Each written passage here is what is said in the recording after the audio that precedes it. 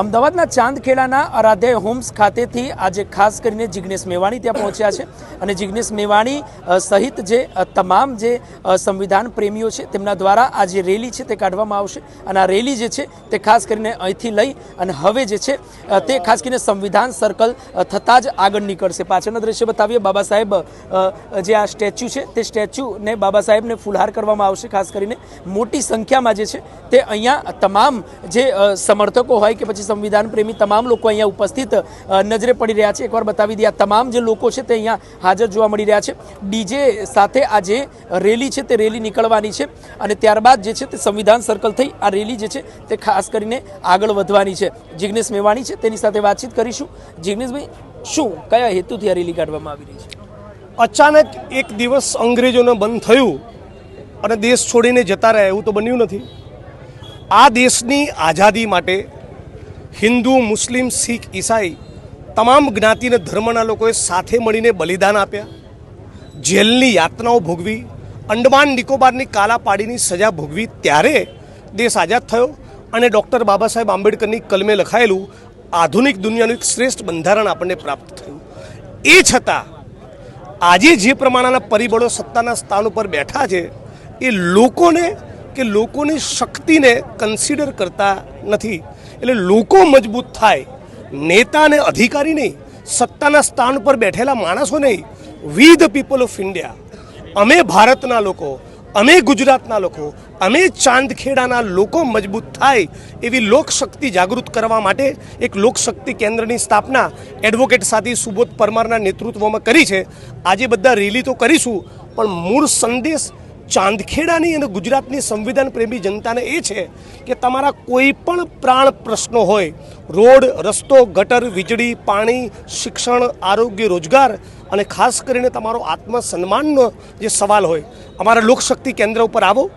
બિન રાજકીય રીતે પૂરેપૂરી શક્તિ સાથે, પૂરેપૂરી તાકાતથી બધા જ જ્ઞાતિ અને ધર્મના લોકો ચાંદખેડાના એક બની સત્તાને હચમચાવી ચાંદખેડાના વિકાસ માટે એક થઈશું. કેટલી સંખ્યામાં આ રેલી જે છે નીકળવાની છે અને કેટલી સંખ્યામાં આપણા લોકશક્તિ કેન્દ્ર? અમારા કેમેરામેન ફેરવેને જેટલા દેખાય એટલા લોકો આ રેલીમાં જોડાવાના છે.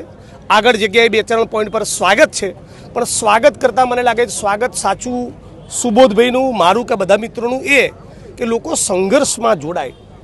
આપણા બધાના સાથે સહિયારા પ્રયત્નોના કારણે આ દેશ અને દુનિયામાં કંઈ બદલાય તો જ બાબા સાહેબના સ્ટેચ્યુને માળા પહેરાવવાનો મતલબ છે, તો જ જય ભીમ બોલવાનો મતલબ છે, તો જ જય સંવિધાન બોલવાનો મતલબ છે. એટલે ચાંદખેડાના સંવિધાન પ્રેમી બધા જ લોકોને અપીલ કરું છું કે આ લોકશક્તિ કેન્દ્રમાં મોટી સંખ્યામાં જોડાઓ, સતત અહીં આવતા રહો. એડવોકેટ સુબોધ પરમારનો તમને સાથ સહકાર મળતો રહેશે અને આપણે બધા સાથે મળીને લડીશું અને એક બહેતર ચાંદખેડા બને એના માટે એક્ટિવ થઈશું ને? ચોક્કસથી આ જે લોકશક્તિ જે કેન્દ્રની વાત આપ કરી રહ્યા છો, લોકોની સહાય કરશે, જે પણ એડવોકેટ છે ત્યાં બેસશે, લોકોની મદદ કરશે. શું આપણે કેમ આટલું મોડું થયું? આપણે જસ્ટ એક ક્વેશ્ચન છે, મોડું કેમ થયું? તમે કેટલા વાગ્યા? નહીં, કેમ આટલો સમય કેમ લાગ્યો? થોડા સમય પહેલા પણ આપણે કરી શકતા હતા. આજનો દિવસ, આજનો સમય. આ દેશનો દુનિયામાં વંચિતો હજારો વર્ષોથી લડે છે. તમે બાઇટ લેવા અત્યારે આવ્યા, લોકો તો વર્ષોથી લડે જ છે. હા, લોકશક્તિ કેન્દ્ર પણ અત્યારે ઓપન થાય છે ને? હા, આ કેન્દ્ર શું પ્રવૃત્તિ કરશે એના માટે એડવોકેટ સુબોધ છે, તેમની સાથે વાતચીત કરીશું. આપના દ્વારા ખાસ કરીને આ સારી કામગીરીની પહેલ કરવામાં આવી શકે. શું લાગે છે આટલા સમય પછી કેમ પહેલાં પણ આપણે કરી શકતા હતા? એમાં એવું છે કે એડવોકેટ બનવા માટે જેમ LLBની ડિગ્રી જોઈએ અને LLBની ડિગ્રી માટે તમારે ગ્રેજ્યુએશન કરવું પડે, એટલે એ જે સમય લાગતો હોય એ તો લાગતો જ હોય છે.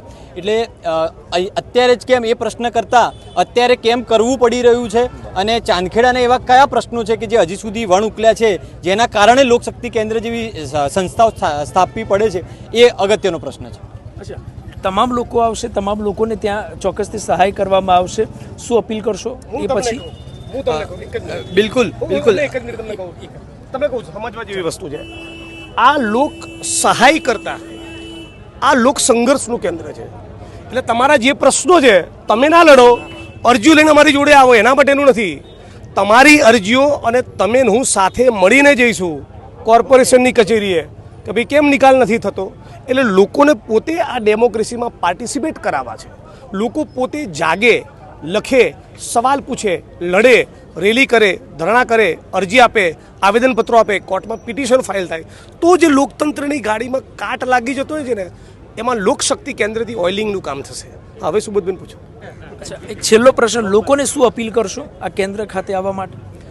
લોકોને એક જ અપીલ છે કે મોટી સંખ્યામાં આ જે પણ જરૂરિયાતમંદ લોકો છે ત્યાં સુધી આ લોકશક્તિ કેન્દ્રનો મેસેજ પહોંચાડે. કારણ કે આપણે સૌ જાણીએ છીએ કે નાની નાની કચેરીઓમાં જવું હોય તો પણ અધિકારીઓ વારંવાર ધક્કા ખવડાવે છે, કોઈ સામાન્ય માણસનું તાત્કાલિક કોઈ સાંભળનારું નથી. તો એ લોકોને શક્તિ પૂરું પાડવાના આશયથી આ લોકશક્તિ કેન્દ્રની સ્થાપના કરી છે.